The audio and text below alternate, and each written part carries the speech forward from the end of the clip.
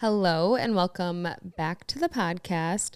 We are starting with some very exciting news this episode because we finally have merch. Let's go. So we are so freaking excited. This has been a while in the making, but we are going to be launching next week, Friday, before the episode comes out.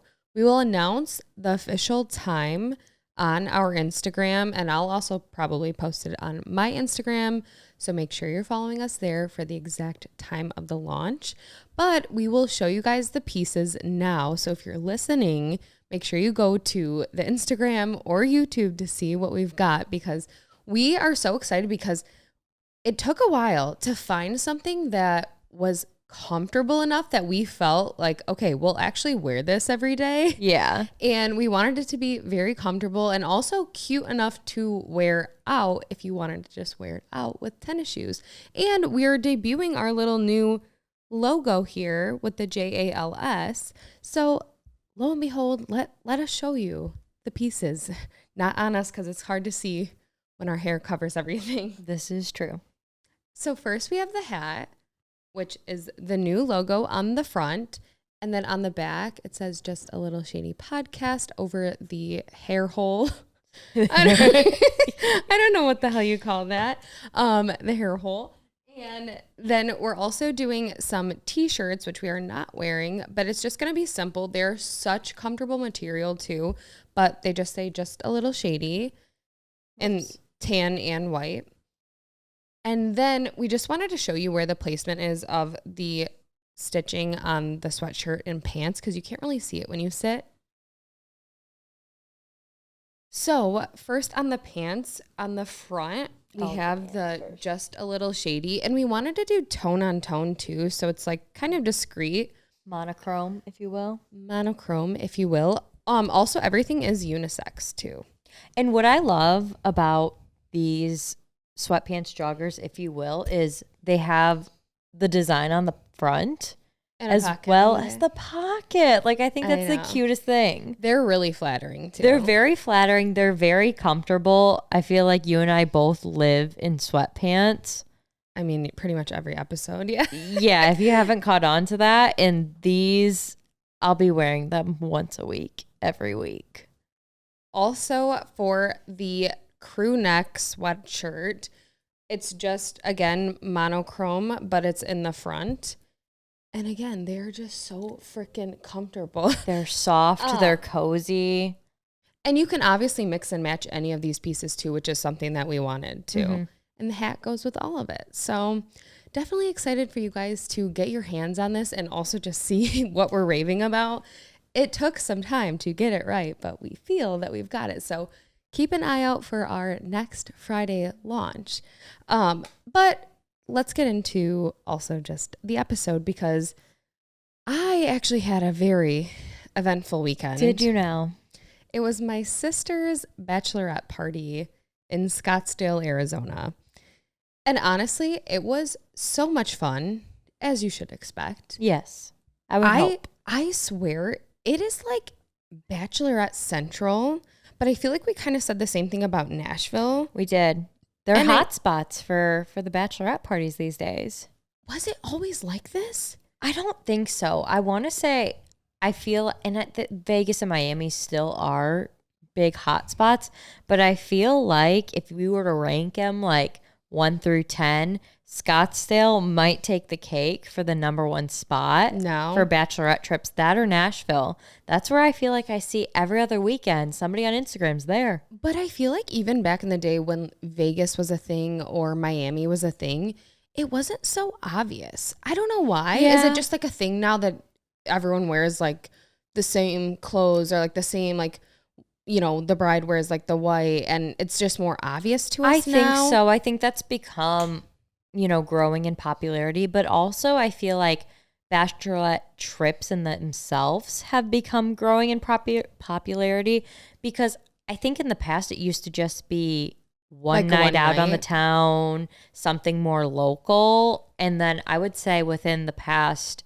5 years, maybe 10 years, but for sure in the last 5, trips have become a standard in bachelorette culture. Well, back in the day, like back in the day, you used to do the bachelorette party the night before the wedding. Yeah, I don't know how that was ever a thing because I don't even want to have like a rehearsal dinner before a wedding. Because you think people are going to be hungover? Yeah. Yeah, it could get wild. But one of the things that we were kind of talking about is we stayed at an Airbnb. And I feel like Airbnb has really been getting a lot of heat lately. They have. For all the practices that they have. And, you know, the check-in, check-out times, the cleaning fees, and then you have to do all the cleaning yourself and all this stuff. And we've talked about it before where it used to be worth it because it was cheaper than staying in a hotel. Yeah. Now it's like the same price. And on top of that, you got to do your dishes, clean up after yourself, do all the stuff that you would have to do at home. Right. So it's like, is that even worth it? And the hosts, honestly, I feel like the last few Airbnbs I've stayed in, the hosts have been not accommodating, not great people to the point where Airbnb has gotten involved. And like there's been like some kind of like back and forth where like Airbnb has apologized for the host because the hosts were doing things they weren't supposed to be doing. That's wild. Yeah, no, we didn't end up like, nothing came of it, but there was a point midday where we were playing music by the pool. Yeah. And the host messaged being like, turn it down. And we're like, wait, what the hell? It's like not even quiet hours. You know, what's going on here?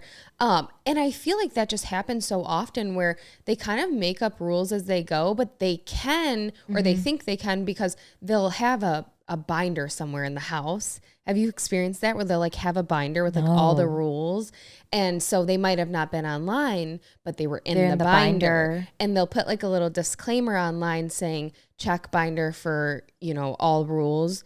And so no one checks the binder. So of course you don't know. And there's like hidden rules within the binder. Like if you turn the air past X amount of degrees, you will get fined. If you do this, whatever, you will get fined. And it's like, who the hell's reading that binder? No one. I didn't come here to read. I came here for vacation. Everyone's, you know, trying to enjoy themselves and have a good time.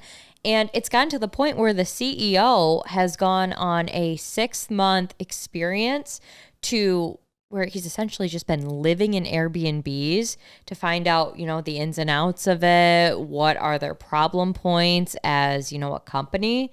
And apparently he's not happy with what he's seeing out there. I'm glad he did this because I don't know if it's actually going to do anything. A lot of times I feel like CEOs are like, we're implementing these changes. And then you're like, where? Yeah. But no, I do think that's cool that he did that. But again, he said some hosts asked him to sign rental agreements. And again, is that anywhere on their site? I don't feel think like you it's can against the do rules. that. Giant cleaning fees, which again, those always got to me every time I've stayed in an Airbnb because every time they're like, take the trash out, wash the dishes, put all the towels in the laundry, like take the sheets off the bed. And you're like, I just cleaned. Walk the dog, mow the lawn. Seriously. It's out of control. Pay our bills Yes. while you're there. Like, seriously. But it just feels like, I don't know. It's like, who's cleaning? I just cleaned for you. Who are you paying to clean? Yeah, it's out of control. But supposedly now, after staying in Airbnbs for 6 months himself, the CEO says he's going to be launching over 50 new features and improvements, including a total pricing feature. Because also what happens a lot too when you book, all of a sudden you're checking out and it's like $1,000 more than you were originally paying. You're like, wait, what the hell? It's like when you're ordering food on an app and then all of a sudden you check out. It was like $20 and then you check out, it's like 50 and you're like, damn.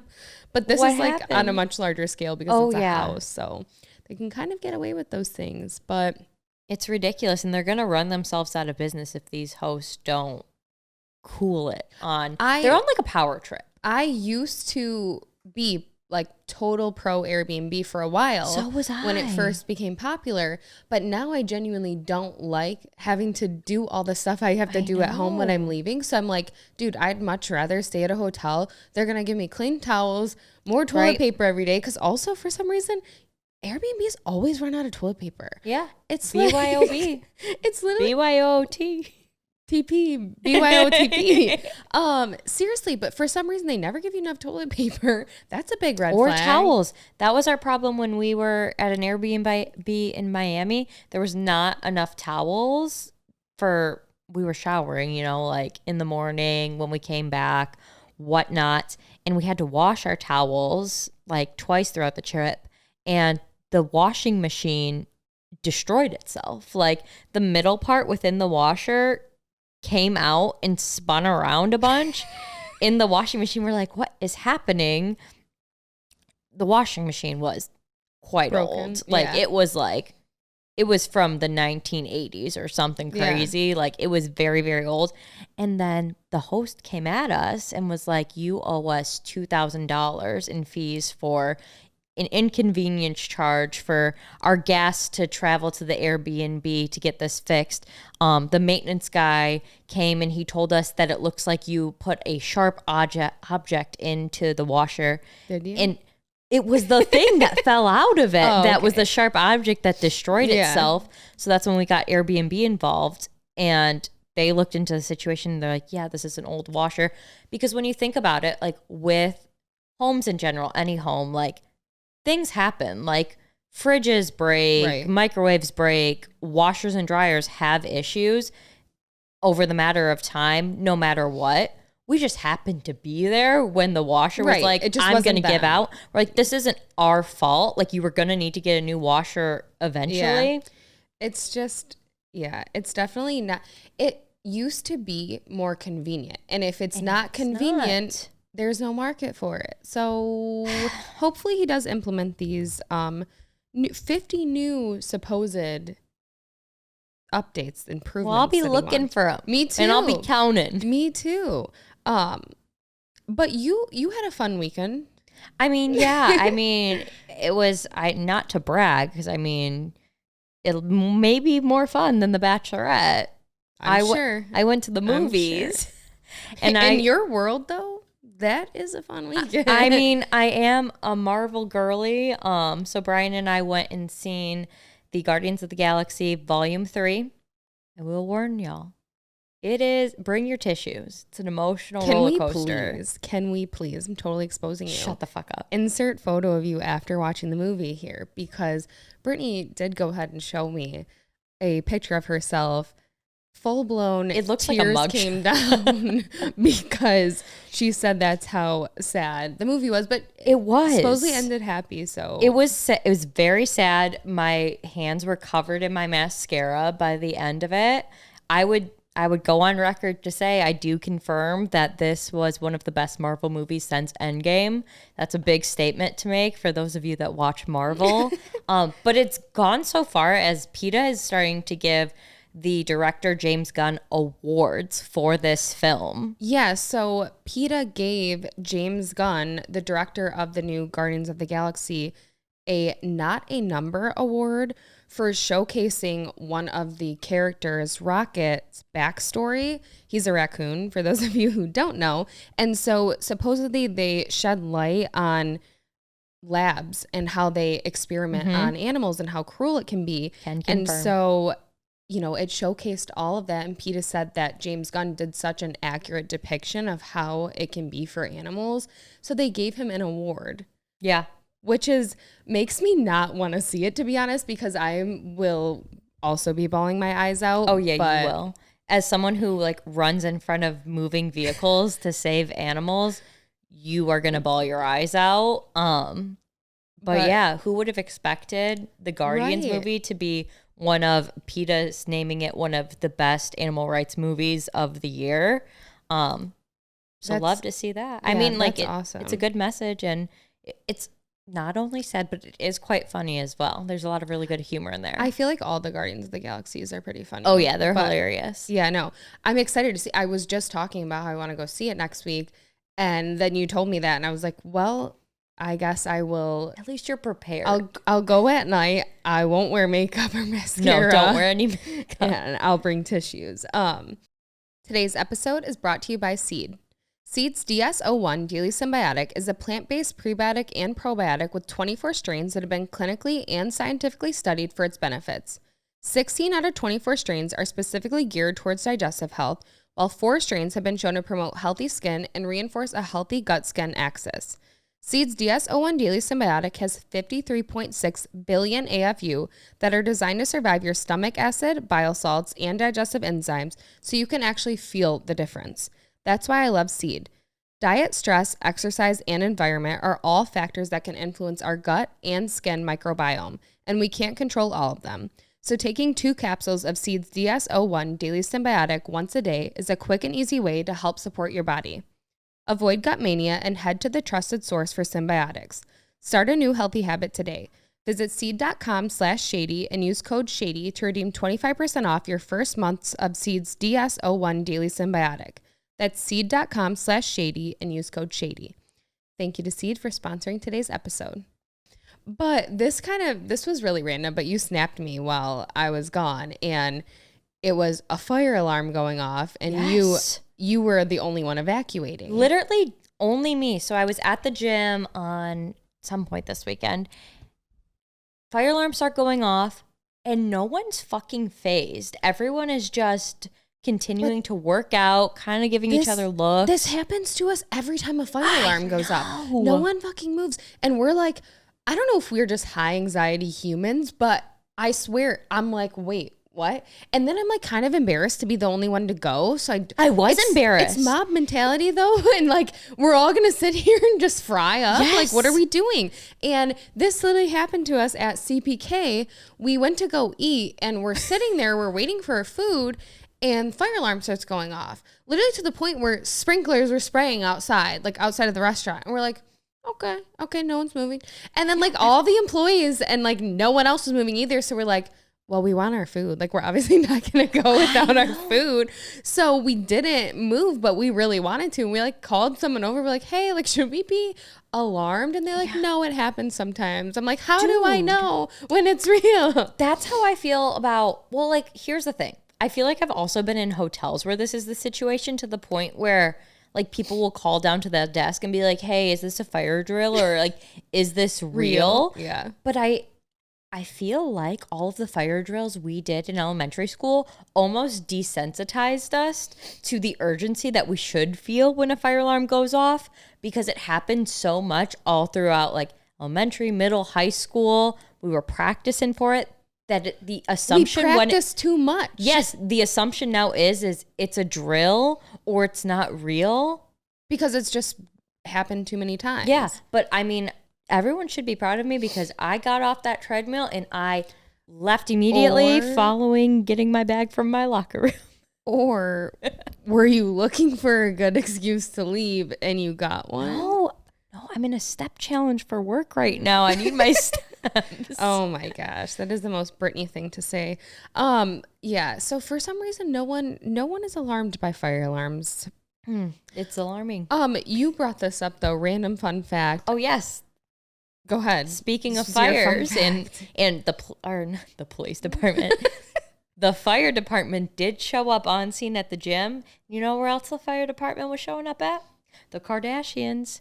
Calabasas Fire Department was at Psalm West's 4th birthday party this past weekend, where we also found out, I don't know if it was the same timing, but we did find out this weekend, Khloe Kardashian revealed the name of her son. After what, like a year, right? Yes, after a year. So I don't know, what she was hoping to build up to. Probably some privacy. But they them. I don't get it. But they named their baby Tatum Robert. I actually really like that name. I think it's super cute. I was very happy. A lot of people were speculating that she was going to name the baby after Tristan. Yeah, and that's why she was hiding it. Yeah, that it was going to be Tristan Jr. But technically in a year, they could have also changed it. They could have. I mean, Kylie did, so. Also, this past weekend, there was a lot of stuff going on. There was F1 and the Kentucky Derby. And so it seemed like, to us at least, that F1, it was like all the influencers. Yep. And the Kentucky Derby was all the celebrities. Yeah, that's how it seemed to play out. Kind of did. But Tarte ended up taking influencers to F1 for another brand trip, which is absolutely wild considering that they just got back from their island trip. In Turks and Caicos, I did not expect them to show up on the scene at a at a F1 at a I feel like racing, that'd be really fun though. It'd be super fun. It seemed like these influencers didn't really care about the actual event because no, they didn't understand it. They definitely didn't do their research on it. They were calling it like all the wrong things, but it was kind of like I almost did. I was just like racing thing, Grand Prix-esque. Yeah, but I feel like if we were actually gonna go, we'd be like looking into it. Let's figure out what this is really about. Yeah. Let's understand. Let's unpack this. But you said you're like it's basically the new Coachella. Oh my gosh, it is. Which I could see influencers starting to move away and companies starting to move away from Coachella because the hype is going down. I hate to say it because I love a festival, but I think they're gonna start to find other events, other niche events like this because. I mean, Tarte's really the only brand I heard of taking influencers to F1, and regardless of the publicity, because I mean, I know some of the influencers are getting a little bit of hate, still being talked about, still in the news. Honestly, I think it'd be cooler if brands started doing more niche so much trips. Easier for them, I think, because it's already themed for you. Like everything they do and plan is literally just around this like one thing. Exactly. And as much as I love festivals, a lot of the festival theming pretty overdone. Yeah. But, you take influencers to F1, race theme. I don't know. I'm trying to think of other random events that. Yeah, I'm sure we'll see plenty more. But supposedly Tom Cruise and Shakira were spotted together at F1. Yeah. It's not a pairing that I would have, put on my 2023 bingo card. But there's so many things I wouldn't have put on mine. But yeah. I definitely, that we're talking about Taylor Swift soon. I wouldn't have picked her being with Matt Healy possibly on my bingo card. I still don't put it on if it makes her happy. I don't think Shakira is going to go for the whole Tom Cruise situation. I always forget, this is so random, but that he's the Scientologist. Yeah, I don't think she would be about that. I don't see that working out either, but supposedly he's extremely interested in pursuing her. He could be, and you know what? Good for him. We'll see what time will tell. Yeah, we'll see what she chooses. Also, there was a bunch of other people at the Kentucky Derby. I feel like Jack Harlow always goes. He's everywhere. Well, isn't he from Kentucky? I don't know if that's true. I'll fact check that. But I thought this was interesting. There was a Town and Country article with some random facts about the Kentucky Derby, and I read some of them and I couldn't not share them.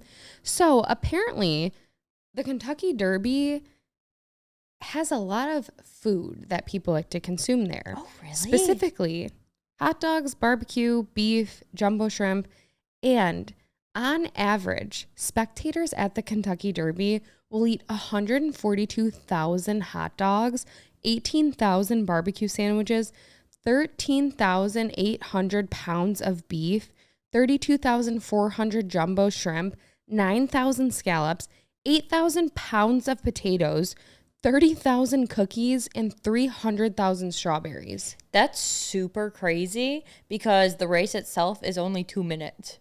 That was my next fact, and I don't understand. Like, the fastest race, I think, was 1 minute and 59 seconds. I went to a horse race once. Did you? Yeah, I went to the Belmont Stakes when, I want to say it's Semperfi, the horse, won the Triple Crown. So that means that the horse won at the Kentucky Derby, another really important race. I don't consider myself an expert on derbies, so please don't come for me. And then he won at the Belmont Stakes. And I was there. Yeah, I'm pretty sure that's only happened like twice throughout history. Yeah, so I was a part of history. It was really cool. Oh, wow. Another random fact for the Kentucky Derby, the traditional drink is the mint julep, and over 120,000 are said to be consumed there. I mean, that sounds fun. I propose next year we have a Kentucky Derby party, and locally amongst our friends. I just think it'd be fun. So supposedly it's a bourbon cocktail, and I'm not a big bourbon fan. Well, maybe we do something else. Maybe we do like the mint mule. Okay, I'd be on board for I feel that. like that would be fun. And I did confirm Jack Harlow is from Kentucky. Yeah. Okay, Louisville. That adds up then. Also, only 3-year-old horses are allowed to compete. Shut the fuck up. They're just babies. Also, the Derby has never been canceled or postponed due to weather. What about COVID? Was it ever canceled due to that? Weather. I'm sure. I said due to weather. But they did race in the rain. Like Taylor Swift. Yeah, meet me in the pool. The current purse for the Derby is $3 million, with the winner taking home $1.86 million, $600,000 for second place, $300,000 for third place, $150,000 for fourth place. I mean, that's a lot of money for a horse. That is. You better be taking real good care of that horse. Yes, they better be getting, all the carrots they want. Oh, and this is Secretariat remains the fastest horse in the Kentucky Derby history. His 1973 record of 1:59 seconds .4 has never been broken. That is it's a mile and a quarter. So That's a mile terrifying. in 2 minutes. Imagine running that fast. I mean, I can't. How? I don't understand. I seriously can't even. I think the presidential award in school is like 6 minutes. You couldn't catch me. I feel like you can't even drive a mile in that kind of time. No, not. It's not with traffic these days. Yeah, not anymore. Seriously though, 2 minutes. Like, is the horse okay? That's like, I think it's like 37 miles per hour or something. I did ask this to Brian this weekend. I thought you were gonna say I did ask a horse this weekend. Horse. I'm like, oh, okay. I wouldn't put it past me. But next time I meet a horse, I will.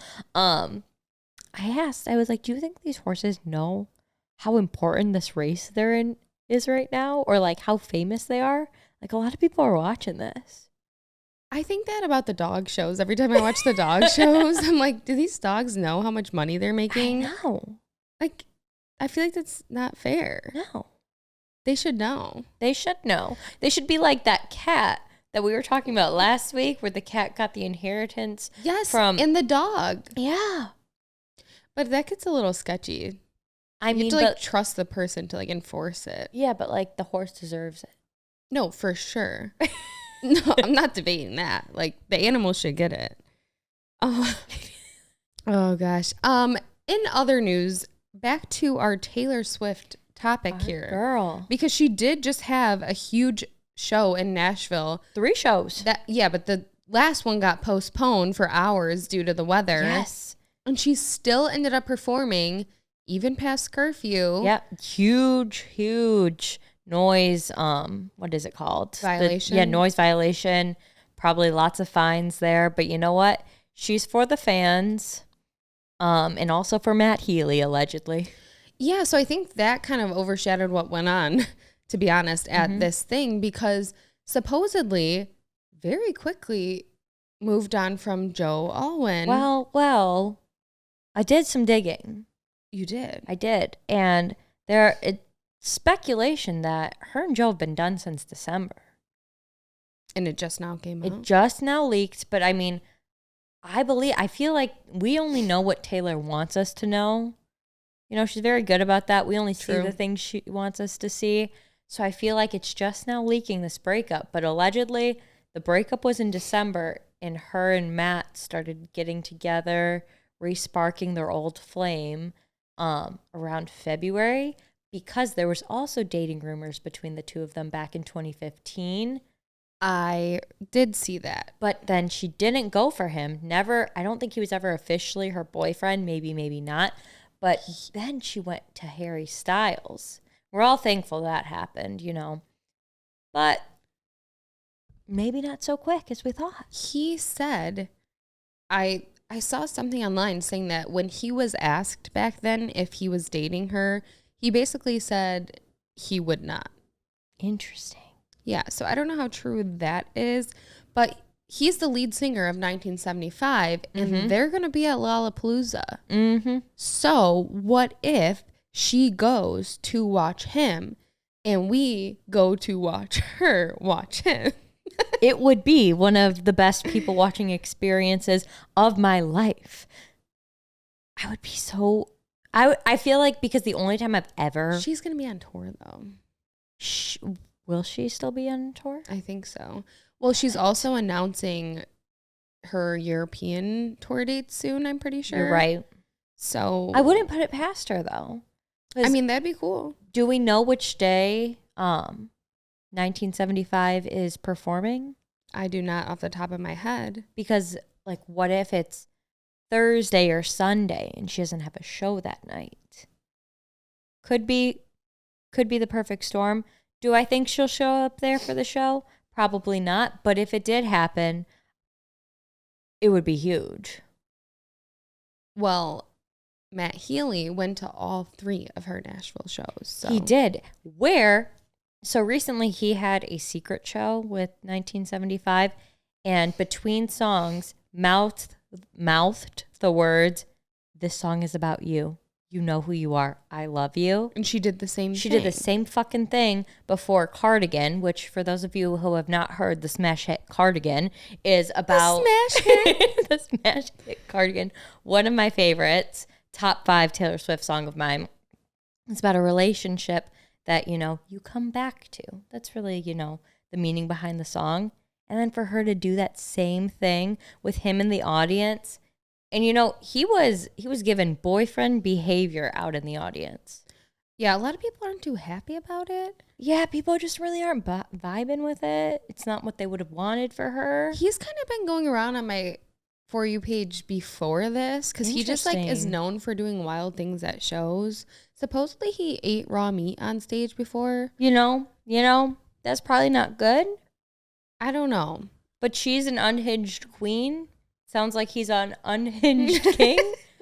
Could be a match made in heaven. You never know. Today's episode is brought to you by BetterHelp.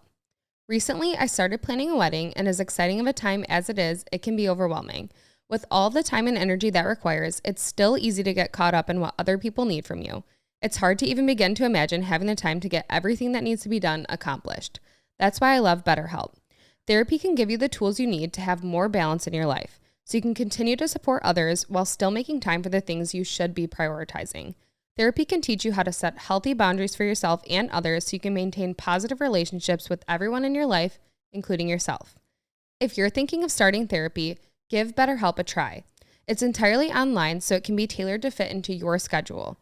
All you have to do is fill out a brief questionnaire and you'll be matched with a licensed therapist. Find more balance with BetterHelp. Visit betterhelp.com/shady today to get 10% off your first month. That's BetterHelp, HELP.com/shady. Thank you to BetterHelp for sponsoring today's episode. There's also a rumored memoir coming out that people think that she wrote. They do think that. There is a lot of speculation around it. I don't even know how this book got found on Amazon because it's... The Swifties will find anything. Stop it. Nothing. But it was labeled 4C Untitled Flatiron Nonfiction Summer. Like, who? What? Sounds just like Taylor. Supposedly in her Instagram announcement for the new Speak Now, she said, "Dear Reader." So people are thinking she has a book coming out. Supposedly it's coming out July 9th. So we will find out then. Yes. The audiobook is 13 hours. Yeah, 13 hours on the dot. That's a Taylor move. It is a Taylor move. Blue House Books also made this like big post where it was like, "Are you ready for it?" And it was all these like speculations about why the book could be written by Taylor. I don't think Taylor herself has confirmed or denied these rumors. Variety has come out and said it's not Taylor's, and they're just hinting it is a music artist's memoir, and it could be BTS. But, you know, time will tell. Well, speaking of memoirs by artists, Britney Spears supposedly is in the process of writing a memoir, and other celebrities are terrified of what she's going to write in it. Which is kind of shocking because I felt like a lot of the celebrities that are, you know, terrified were also Team Britney when all of the conservatorship was coming out. Right. But then there was all that speculation about everyone who went to her wedding possibly being involved somehow.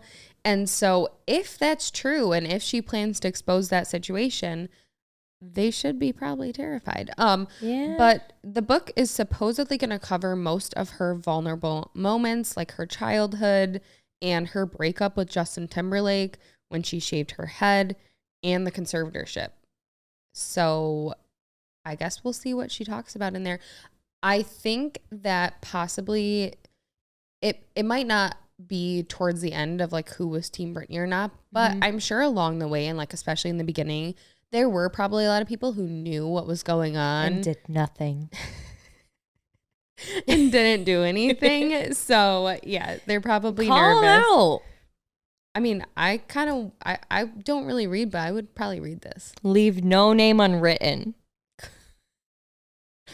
Okay. And she will. I hope she does. Also, Speaking of taking people down.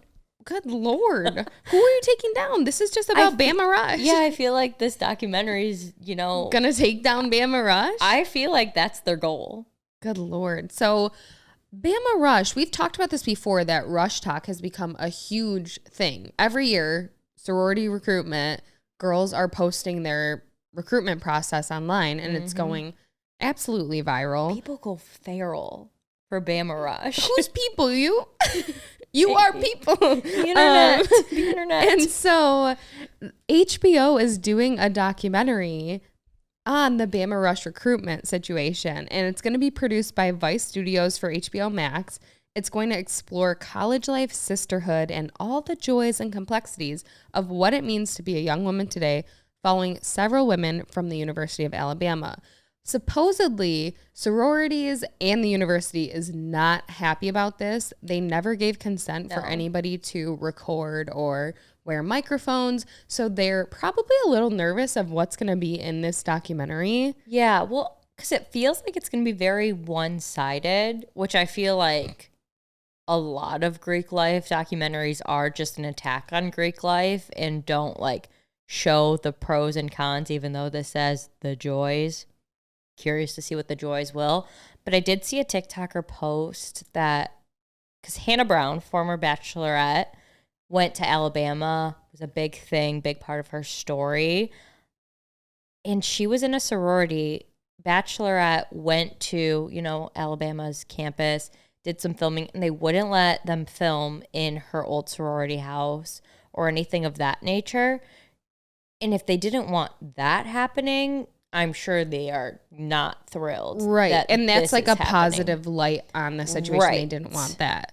Yeah. I don't know how this is going to play out. Supposedly girls have come out saying that they were kicked out of recruitment because they were accused of having microphones on them when they really didn't, because it was kind of known that some girls may be participating in this documentary, just no one knew who. And so girls were getting kicked out for speculation that they might be involved in the documentary. Yeah. Also, some girls during the recruitment process were told not to post anything on TikTok, just regardless, even though it was kind of shedding some positive light on the situation, the girls going through, getting picked, showcasing whatever house they got in. Those houses still didn't want them posting it. Yeah.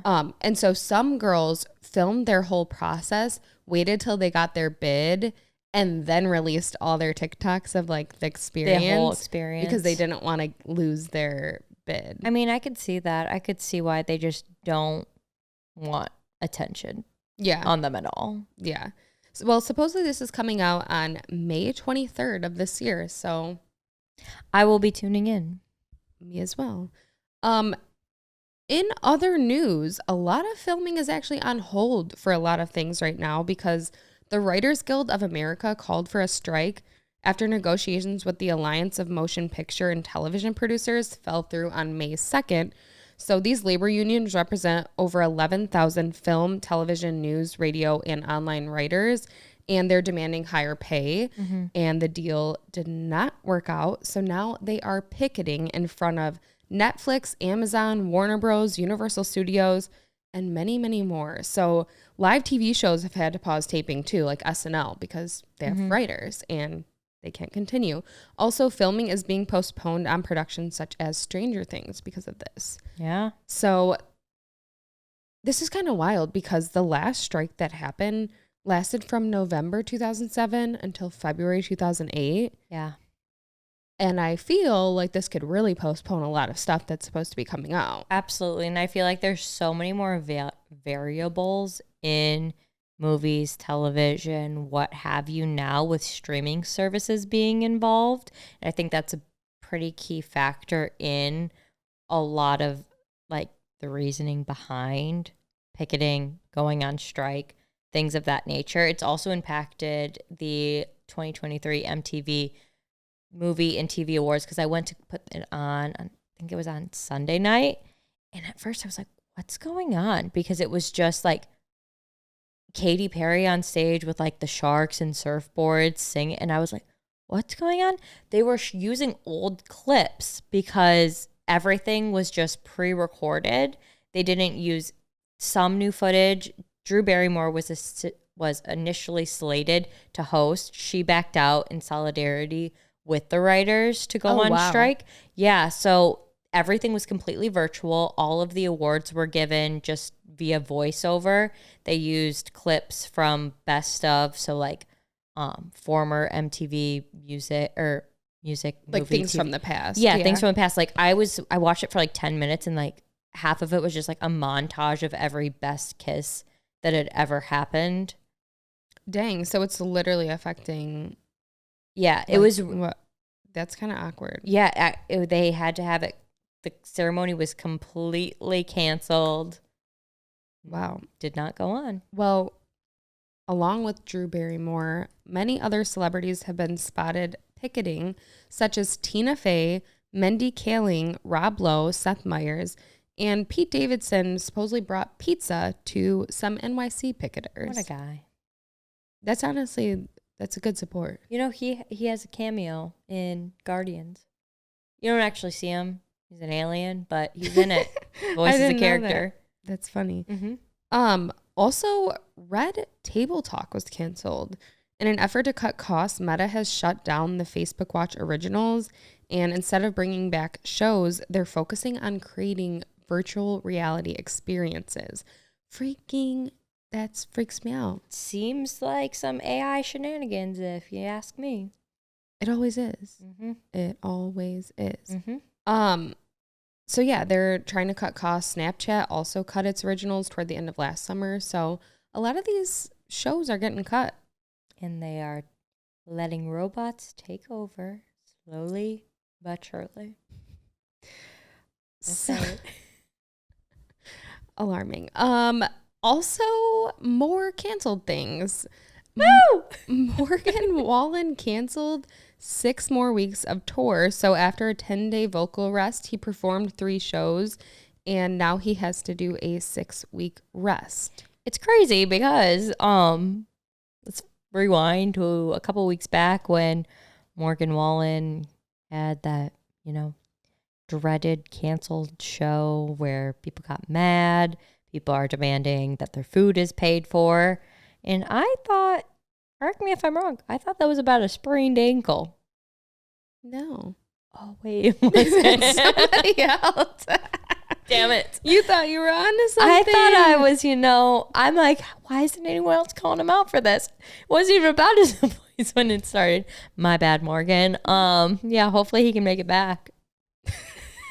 I don't know. That did not seem sincere at all. It's not. However, I don't understand who his fans are at this point. Whoever is going to the Michigan show, if he picks up where he's leaving off, we'll supposedly still get to see him because he's coming here in June, at the end of June.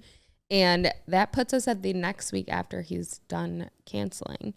So if you're in Michigan and you're listening, you may still have a chance to see him. You still have hope. It could be risky to go, though, because it might cancel while you're already there. But supposedly these dates that are getting canceled are going to be made up next year. So we shall see. A little shady, if you will. I would say very shady. Which leads us to our shady stories for the week. Oh. Okay, this one's a long one. So bear with me. Actually, no, it's not. Yes, it is. Is it? I don't know. I don't know anymore. I space them out so much, but We'll see. Okay. Shady story number 1. When I was in elementary school, me and my best friend Katie at the time were not so very nice to this one girl, Mary. We would call her names and ask her to do ridiculous tasks to be friends with us. We made fun of her glasses, her lunch, and everything in between. It sounds so horrible, and it is, but we were only 7 years old. I moved away for a few years, and then I moved back and started freshman year with the same people I went to elementary school with. Me and Katie and Mary were in the same class, and Mary and Katie had gotten close when I was away, but that didn't last when I got back. Me and Katie got close quickly, and we didn't treat Mary good at all. One day when Katie was at my house, we decided to make an anonymous Snapchat account called Anonymous Z, inspired by Pretty Little Liars. Then we cut out Mary's yearbook photo, put on black gloves, and filmed videos where we held a lighter to her photo, and even one where we taped it to a rock and threw it in the ocean. We sent these videos to a lot of people that we went to school with, including Mary. Mary was literally terrified, which is understandable because these videos were really creepy. And when she suspected us, we did similar things with our own photos and sent it to everyone so people wouldn't think it was us. My mom heard about the Anonymous Z profile but didn't know it was me. And I said I was certain it was Mary who made the account and filmed the videos. I also blamed Mary for a lot of other things that I made up. So my mom and I drove to Mary's house, and I stood behind my mom as she yelled at both Mary and her mother for Mary's terrible behavior and actions, even though none of it was true. I still to this day don't know what went through our heads as we did these things, but it's one of the most shady things I've ever done, and I feel so bad thinking about it. She should feel bad. She's a fucking bully. Brit.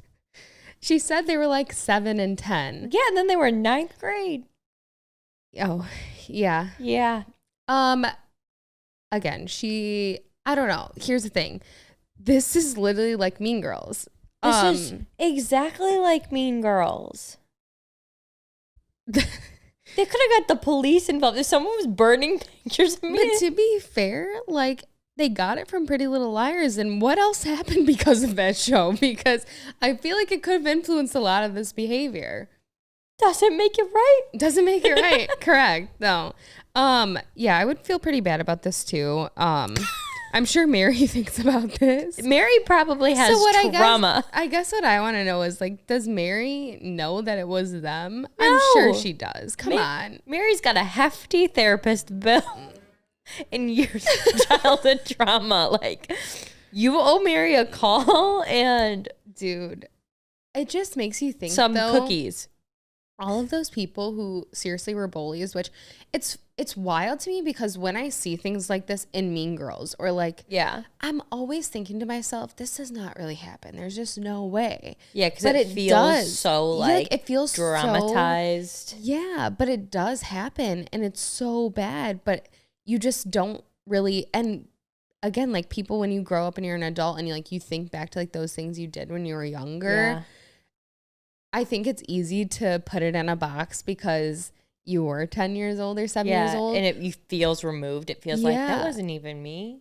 But the thing is, there are little details in my childhood that I remember when somebody said something mean to me. Oh, yeah. And it could be the smallest thing, and I still remember it. Like, this girl told me that I couldn't play basketball because I wore skirts, and I seriously was so upset. And to this day, I remember that situation because I went to go play and they were like, she's like, you can't play. You're wearing a skirt, blah, blah, blah. And again, we're like 6 years old.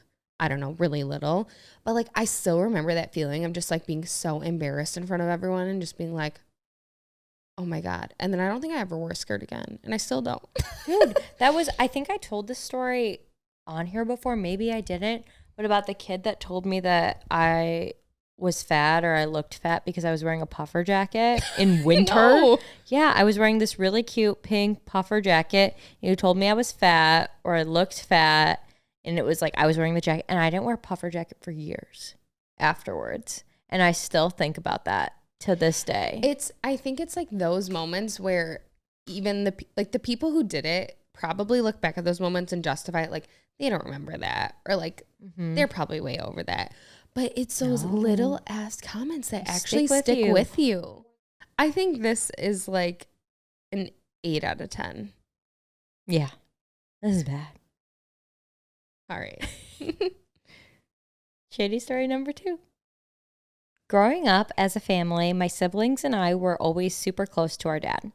He was funny, loving, and had all the good attributes of a loving father. Until we got to be teenagers and wanted to move us to a cult. My dad had taken my sister and I to Colorado for a fun vacation. Why were we there? We discovered a cute little cafe called the Yellow Deli. At first, the cafe seemed like a cute, normal restaurant until we noticed a couple of things were absurd. All of the workers were dressed exactly the same. All of the men had tiny ponytails, trimmed beards, flannels, and rolled up pants. My sister noticed that some of the flyers near the entrance displayed information about the cafe and the community who ran it. Turns out the Yellow Deli was ran by a cult. Well, my dad became extremely curious of this community and began to do more research. He decided that we all needed to go visit the commune and see what it was all about. So the following summer, he took the whole family to visit the cult, and we ended up staying for a few nights. It contained several families living in one house. My dad decided that he loved the way the commune lived and wanted all of us to sell all of our belongings and move in with these strange people. Of course, my mom was extremely opposed to the idea, but my dad soon became extremely controlling and wasn't going to take no for an answer. They fought about it for several months and then eventually got a divorce. My dad came to the conclusion that his wife and kids were all possessed by demons. I no longer talk to him, and I am studying psychology in college, and he believes that all form of education is evil unless taught by the Yellow Deli cult. How wild is that? I mean, that's so well. I feel like there's a lot of red flags here, but the first red flag is the whole education is evil thing. If someone's trying to tell you education, except for the education from me, is wrong and evil, like that's when you know it's messed up. I feel like this guy, though, I mean, who sees a cult and goes, we should probably check that out? Yeah, we should. You know what? We should look into next that. family trip, not Disney World. Not Florida. Let's go to the commune. There's obviously something else going on. Like, here's the thing: for him to go to 0 to 100 like this, there's no way he hadn't thought about something like this before. That's what I'm saying. Like, you don't. A regular everyday person isn't thinking like, cult, good idea. Let's go find that. Let's go see what this is about. Yeah, I don't know, because I do sometimes see TikToks and they're like, if a cult was offering, some free food and some cute swag. Shut up. I might join. I wouldn't be personally one of those people. I could never, take part in something like that. Do you consider Disney a cult? If so, you are very much a part of it. Disney is not a cult. No, but it's wild that this happened, and then now like you just don't have your whole family, but your family's broken over this cult. But that's literally what happens. Like, I feel like cults break families. We just said how Scientology. What's his name's a Scientologist or whatever. I watched the documentary with I think her name's Lisa Rinna, or no, that's the girl from from Housewives. Yeah. What's her name? Somebody in a cult. Somebody that broke free from a cult. Yeah, and she's an actress. I always find that wild. Lisa Remini. Oh, very close. Close. Yeah. But she was in Scientology and grew up in it, and then she got out, and she now does documentaries talking about people who've gotten out and stuff like that. And she said, like, all the families that talk to her are pretty much in the same situation where, like, their family will not talk to them anymore because they're not in it. And again, I feel like whatever belief system it is that telling you that you can't talk to your family, wrong. That's got to be a red flag for you. Yeah. You can't get education anywhere from us. Red flag. Don't do it. Plenty of them in this story, but yeah, that's super shady. This man was just like, that seems interesting. Yeah, you know what? I think I'm gonna sign this up. I'll see my family later. Peace. I'd say this is like a 9 out of 10. Yeah, it's pretty bad. Okay, I Shady. think I said that was the last one. Shady story number 3. In one of your recent episodes, you said that guys who say you're too good for me are sketchy, and that's definitely true coming from a guy who does that. Currently, I have an amazing girlfriend who I really care about. Not only is she beautiful, we have matching personalities, shared hobbies, and as a bonus, she's rich. But we were also close friends prior to the relationship. I truly feel like she's too good for me, even though I do make every effort I can to be worth her attention. Right now, it's long distance, and she's not great about answering texts, etc., which started this problem. But I can't blame it entirely on her. We've been together almost 3 years, and for the last year and 3/4, I've been cheating intermittently. I've made a real effort to stop, and so far it's been working.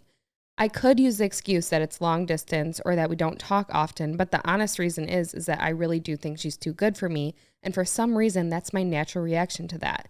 I know it makes no sense, and I always feel guilty as hell afterwards, but that's the truth. I definitely think it's based in insecurity or something along those lines, which isn't an excuse, but it explains why it comes from the she's too good for me. Regardless, I know I'm in the wrong and I can't make excuses, but hopefully my actions in the future will prove that I'm serious about becoming a better person, because even if she is too good for me, doesn't mean I shouldn't do everything I can to be good enough for her. I mean, what is this, intermittent fasting? Like, I cheat intermediately, like...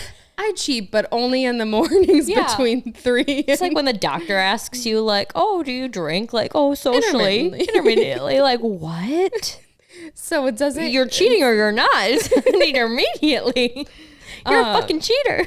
This is literally what we're talking about, though, when people say, like, it's not you, it's me. I hate them. It just feels like such a cop-out. It is. And to say, like... But to say... they're too good for you, and then you confirmed it by cheating. It wasn't true until you made it true. Yeah, honestly, at this point, like, you just suck. You can't, like, you made it true by your actions, not because she actually was. Yeah. Nobody's better than anybody. How about this? Nobody's better than anybody. But say it again. You can do for the stuff. other people in the back. If you do this, now you just made it true. Yeah, you got some deep-rooted insecurities, and you know what? They admitted it, though. You know what? Good for you being self-aware, but, maybe be a little bit more aware about the cheating. Hey, he's made a real effort to stop, and it's working so far. Yeah, like... so far. Yeah, like when people stop smoking cigarettes. So far, so good. Did you also throw your jewel in the ocean? Why is that a thing? That's how people quit. Like, you can't walk to the local store and... So far, it's been working. Like, what the... Hey, so far, so good. If I was his girlfriend reading this, I'd be obviously appalled. If his girlfriend was reading this, I don't think he'd have one anymore. No, and he shouldn't. Just end it, man. You don't want that anymore. You don't want this. And I feel like at this point, there's that mindset that you originally had, like, they were too good for me. You just actually, now, how are you ever going to get over that mindset? You wouldn't. Yeah. Because now you actually feel bad about it. Yeah, it's a mind over matter situation. Like, fake it till you make it. But, like, he, like, just decided it was ruined, and then it was ruined. That's what I'm saying. Like, you made up your mind that it wasn't going to work, so you just officially, now it's for sure not. Yeah, I feel bad because I feel like I keep shitting on everyone that wrote these stories, except for, the last one with the dad thing. That was not her fault. But yeah, just thanks for confirming our theory. I think this is like a 7 out of 10. Yeah. I'm going to give it a 3 out of 4. What is that? Because a year and 3/4. I wanted to change it so bad to a half, so it was easier to read, but I left it. Yeah, well, that concludes our episode for this week. Make sure you guys stay tuned for the merch launch next Friday. We will announce what time later this week or early next week. And yeah. Bonus content. Oh, and also this week in the Patreon bonus content, we did a little studio tour of the studio. So super cute content. Super cute. And we're not in our normal, it's like a YouTube video, like a little mini It was like a YouTube video. A mini YouTube video for you guys. So It was if fun. you are on the Patreon bonus content, that will be there. And we will see you guys in the next episode. Bye, everyone. Bye.